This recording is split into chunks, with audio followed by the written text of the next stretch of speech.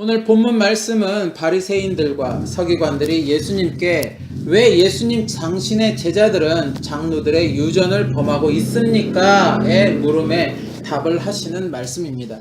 일단 바리새인들과 서기관들이 누구입니까? 서기관은 원래 율법을 기록하는 사람이었으나 후에 율법을 관장하고 가르치는, 즉 율법의 지도자 역할을 하였던 사람들이었습니다.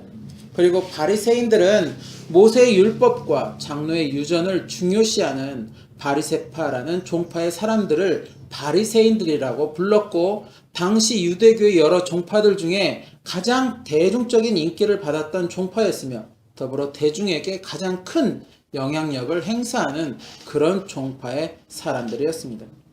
이들은 종파의 가르침대로 모세의 율법과 함께 장로의 유전을 그대로 이행하려고 노력하였고, 부활과 천사와 영이 있다는 것을 믿었습니다. 그리고 종교적으로는 보수주의적인 성격을 띠고 있고, 당시 로마 정부에 대해서는 비판적이었던 사람들이었습니다. 즉 서기관이나 바리새인들 모두 모세의 율법에는 정통한 사람들이었습니다. 그리고 장로의 유전이라는 것은 아주 옛날의 어떤 문화나 정신 등이 선조로부터 계속해서 이어져서 그렇게 후대까지 이어지는 것을 의미합니다. 즉 기록으로 남겨져서 전해지던지 아니면 입에서 입으로 그렇게 구전으로 해서 그렇게 전해지던지 선조의 어떤 가르침이나 어떤 사상이나 문화, 그런 정신 등을 후대로 계속해서 이어지도록 하는 것이 바로 유전인 것입니다. 이따금 우리는 유전병이라는 말을 듣게 됩니다. 이것은 가족 중에 누군가에게 있는 병이 자녀 또는 후손들에게도 그대로 유전이 되어서 생기는 병을 말합니다. 즉 부모의 유전자나 염색체가 자녀들에게 전달이 되고 더불어 그 부모의 병까지도 같이 자녀들에게 전달되는 것이 바로 유전병이 되는 것입니다. 인터넷으로 찾아보니까 이 유전병은 그 종류도 꽤나 많이 있다는 것을 알게 되었습니다. 그리고 병은 아니지만 어떤 이렇게 머리가 벗겨지는 탈모가 된다거나 아니면 눈이나 피부 색깔이 좀 다른 사람과 다르다거나 하는 것들도 일부 모두 다는 아니지만 이런 유전의 원인에서 오는 경우들도 많이 있다는 것입니다. 그리고 이것은 사설이고, 어쨌든 유전이라는 말은 앞선 누군가로부터 후대로 무언가가 계속해서 이어져 내려오고 있다는 것을 우리는 유전이라고 말합니다. 그리고 바리새인들이나 서기관들이 이야기하는 저 장로들의 유전은 바로 하나님을 믿는 사람들이 지켜야 하는 어떠한 규정이나 규범, 규칙들인 것입니다. 처음에는 이러한 유전이 그저 입에서 입으로 구전으로 그렇게 전해졌었는데, 구약시대의 학사 에스라 이후에 서기관들에 의해서 613개 조문으로 기록이 되어 성문화되었고, 나중에는 이것을 유대교 제2경전으로 정하여져서 사람들에게 가르쳐지고 사람들이 그렇게 이행하도록 하였던 것입니다. 그러니까 어떤 성전에서 제사를 드릴 때에는 나의 몸가짐은 어떠해야 된다, 그리고 내가 입는 의복은 어떠해야 되고, 그리고 어떤 행동을 해야 되고, 그리고 이런 등등 하나님을 믿는 백성들, 하나님을 경외함에 따라서 하나님의 믿는 백성들은 어떻게 해야 올바른 것이다 라고 지침하고 있는 것, 바로 이것이 장로들의 유전이 되는 것입니다. 오늘 본문 그 앞절을 보면 서기관과 바리새인들은 예수님의 제자들이 떡 먹을 때 손을 씻지 아니하였다는 것을 문제 삼아서 예수님께 이야기하고 있습니다. 즉 장로들의 유전에는 떡 먹을 때에는 손을 씻어야 하는 규범이 있는데, 예수님의 제자들은 그 유전을 지키지 않았다는 것입니다. 그 이야기에 예수님이 오늘 본문의 말씀을 전하시고 계시는 것입니다. 예수님은 오늘 본문의 말씀에서 서기관과 바리새인들에게 너희가 지키는 그 유전으로 너희가 하나님의 계명을 범하고 있다고 책망하고 계십니다. 그러면서 한 가지 예시를 들어 그 유전이 잘못되었다는 것을 그들에게 말씀하시고 있습니다. 4절에서 6절 말씀을 보면 하나님이 이르셨으되 내 부모를 공경하라 하시고 또 아비나 어미를 회방하는 자는 반드시 죽으리라 하셨거늘 너희는 가로되 누구든지 아비에게나 어미에게 말하기를 내가 드려 유익하게 할 것이 하나님께 들음이 되었다고 하기만 하면 그 부모를 공경할 것이 없다 하여 너희 유전으로 하나님의 말씀을 패하는도다라고 말씀하고 있습니다. 하나님이 십계명을 정하여 주셨을 때 바로 5번째 계명이 내 부모를 공경하라는 말씀이셨습니다. 그리고 더불어 아비나 어미를 회방하는 자는 반드시 죽으리라라는 그 말씀을 출애굽기에서 말씀하여 주셨습니다. 출애굽기 21장 17절 말씀에 보면 그 아비나 어미를 저주하는 자는 반드시 죽일지니라 라고 하나님이 말씀하셨다는 것입니다. 오늘 본문에 회방이라는 저 말의 의미는 방금 봉독한 출애굽기의 말씀과 같이 저주의 의미를 담는 악한 말 또는 악한 행동들을 의미합니다. 즉 자식이 부모를 향하여 저주스러운 어떤 악한 말을 한다거나 악한 행동을 하는 자가 있다면 그는 반드시 죽이라고 하나님이 그렇게 명하셨다는 것입니다. 그런데 서기관들이나 바리새인들은 아비에게나 또 어미에게나 말하기를 내가 드려 유익하게 할 것이 하나님께 드림이 되었다고 하기만 하면 그 부모를 공경할 것이 없다고 하였다는 것입니다. 그것이 유전이었다는 것입니다. 무슨 말입니까? 즉 그들이 지키는 그 유전에는 부모를 공경함에 있어 부모에게 유익한 것인데 그것을 부모님에게 드리지 않고 내가 하나님께 드리면 자신들은 부모에게는 드리지 않아도 부모를 공경한 것이라고 규정하고 그렇게 있다는 것입니다. 이와 동일한 내용을 기록하고 있는 마가복음 7장 11절 12절에 보면 너희는 가로되 사람이 아비에게나 어미에게나 말하기를 내가 드려 유익하게 할 것이 고르반 곧 하나님께 드림이 되었다고 하기만 하면 그만이라고 제 아비나 어미에게 다시 아무 것이라도 하여 드리기를 허하지 아니하여 라고 말씀하고 있습니다. 심지어 다시 아무 것이라도 부모님께 공경하는 것을 허하지 즉 허락하지 아니하였다는 것입니다. 즉 서기관들이나 바리새인들이 그렇게 가르쳐야 했다는 것입니다. 이것은 무엇을 의미하는 것일까요? 모세의 율법이 뭡니까? 바로 하나님이 지시하신 내용을 모세가 그대로 받아서 기록한 것입니다. 하나님께서 시내산에서 십계명을 비롯하여 모세에게 하나님의 백성이 지켜야 하는 어떤 생활과 행위, 즉 규범과 규례, 법령 등을 정하여 준 것이 바로 모세의 율법인 것입니다. 이것은 명칭은 모세의 율법이지만 곧 이스라엘 백성들을 향한 하나님의 백성들을 향한 하나님의 율법이며 명령인 것입니다. 그런데 그것을 관장하며 또 가르치는 서기관들이나 모세의 율법을 중요시한다고 하는 그 모세의 율법의 정통, 즉 통달하고 있다고 하는 바리새인들이 장로의 유전을 따라 그 율법의 내용을 변질시켰다는 것입니다. 즉 그들은 하나님의 율법보다는 장로들이 전하는 그 유전에 더 큰 권위를 부여하였다는 것입니다. 바로 이 점을 예수님은 책망하셨다는 것입니다. 결국 서기관들이나 바리새인들은 하나님을 믿노라 하면서도 불구하고 하나님의 뜻대로가 아닌 자신들의 뜻대로 하나님을 믿고 따랐다는 것입니다. 자신들의 뜻대로 하나님을 믿고 따랐다는 것은 결국 하나님의 나라를 위하고 하나님의 뜻을 위해서가 아니라 또 하나님의 영광을 위하여서가 아니라 자신을 위하고 자신의 뜻을 실현시키고자 하고 그렇게 자신을 다른 사람들에게 드러내고자 하는 신앙생활을 하였다는 것입니다. 이것은 결국 그들이 자신을 위하여 하나님을 이용하였다는 것을 말하고 있다는 것입니다.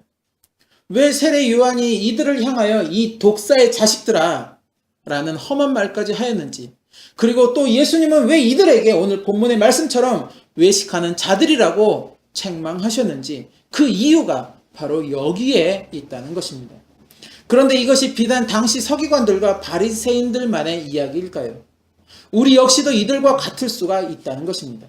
나를 말씀 앞에 완벽하게 내려놓지 못하면 내 안에 있는 교만이, 내 안에 있는 자만이 나를 독사의 자식으로 또 외식하는 자로 만들 수 있다는 것입니다.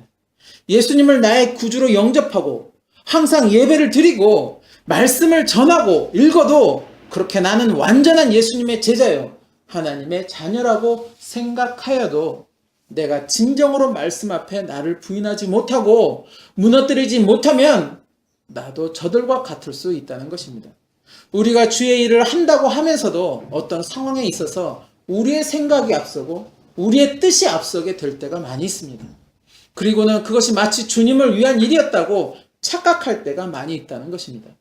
그 일을 함에 있어서 무엇을 또 어떻게 하는 것이 주님께서 기뻐하시는 것이고 원하시는 것인지 기도하면서 신중하게 준비하면서 일을 진행해야 함에도 우리는 그렇지 못할 때가 많이 있다는 것입니다. 물론 우리의 그러한 일에 대하여 주님께서 기뻐하시고 인정하여 주실 수도 있습니다. 그것은 오직 주님께서 가지시는 마음인 것입니다. 그것을 내가 주님께 내가 이렇게 했으니까 그런 마음을 가지시라고 강요할 수는 없다는 것입니다. 그런데 우리는 마치 우리가 하는 일들이 다 주님을 위한 것이라고 생각하고, 그러니 우리가 하는 그 일에 대해서도 주님은 기뻐하시고 인정하여 주실 것이라고 우리 스스로 그렇게 결정을 해버리고 주님께 그런 마음을 가지시라고 강요하고 있는 것은 아닌가 하는 것입니다. 우리는 항상 겸비해야 합니다. 형식적으로만 말로만 겸비한 것이 아니라 진정으로 말씀에 나를 부인하며 나를 낮춰서 늘 겸손한 모습이 되어야 하는 것입니다. 우리는 불완전한 존재들이어서 비록 주님을 위해서 일을 행하였다고 하지만 그것이 다 주님의 뜻대로 주님이 원하시는 대로 한 것은 아닐 수도 있다는 것입니다. 그러기에 절대로 자만해서도 또 방종해서도 안 된다는 것입니다. 다음 주 주일은 아마도 많은 교회들이 추수감사 주일로 드리는 것으로 알고 있습니다. 그래서 많은 이벤트들을 준비하고 또 이렇게 저렇게 많은 것들을 준비하며 분주한 시간들을 보낼 것이라 생각됩니다. 그런데 그것이 정작 정말 주님을 위한 이벤트이고 또 주님을 위한 시간들이 되는지를 우리는 항상 돌아봐야 한다는 것입니다.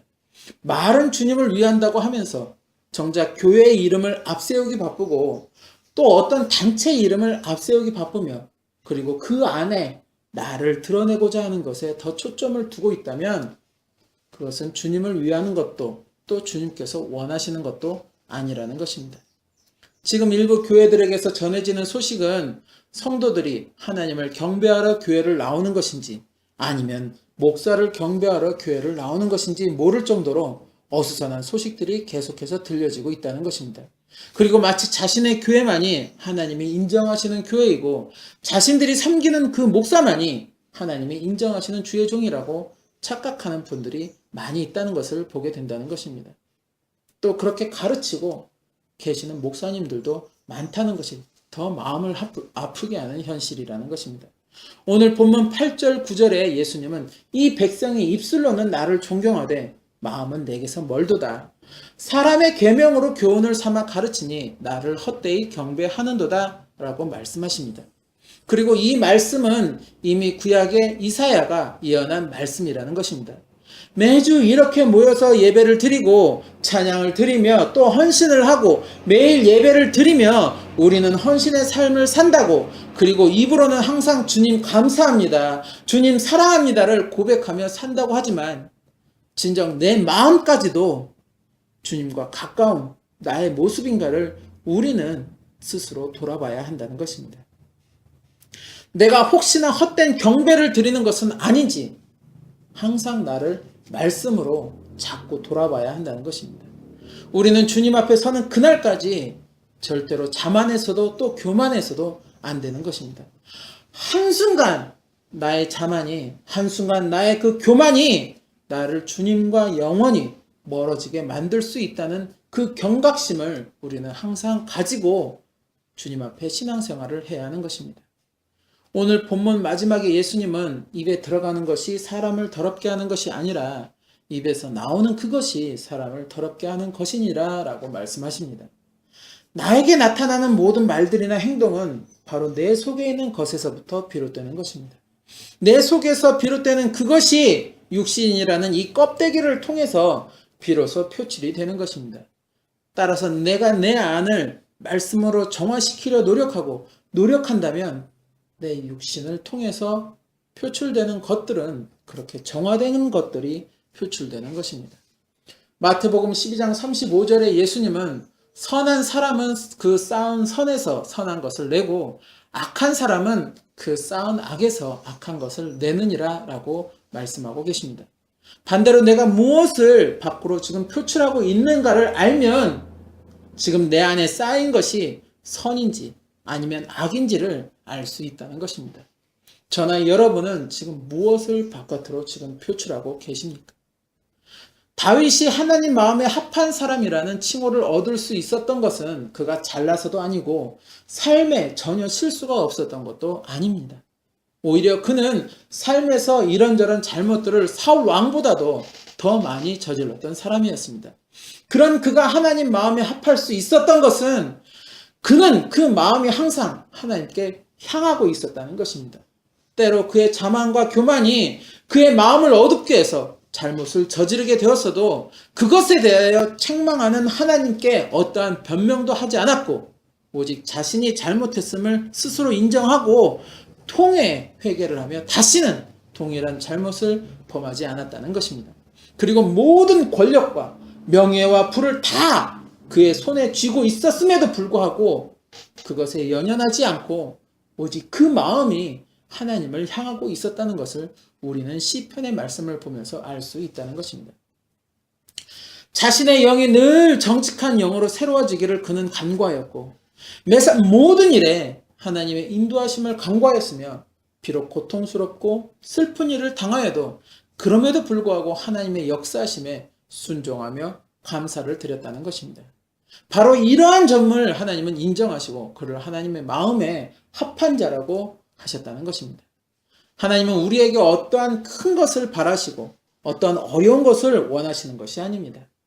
바로 다윗과 같이 잘못이 있어도 그 잘못에 대해서 철저하게 반성하고 세상 것들을 추구하며 쫓아가는 그런 삶이 아니라 하나님과 늘 동행하기를 진정으로 원하고 추구하는 그 삶을 하나님은 우리에게 원하신다는 것입니다.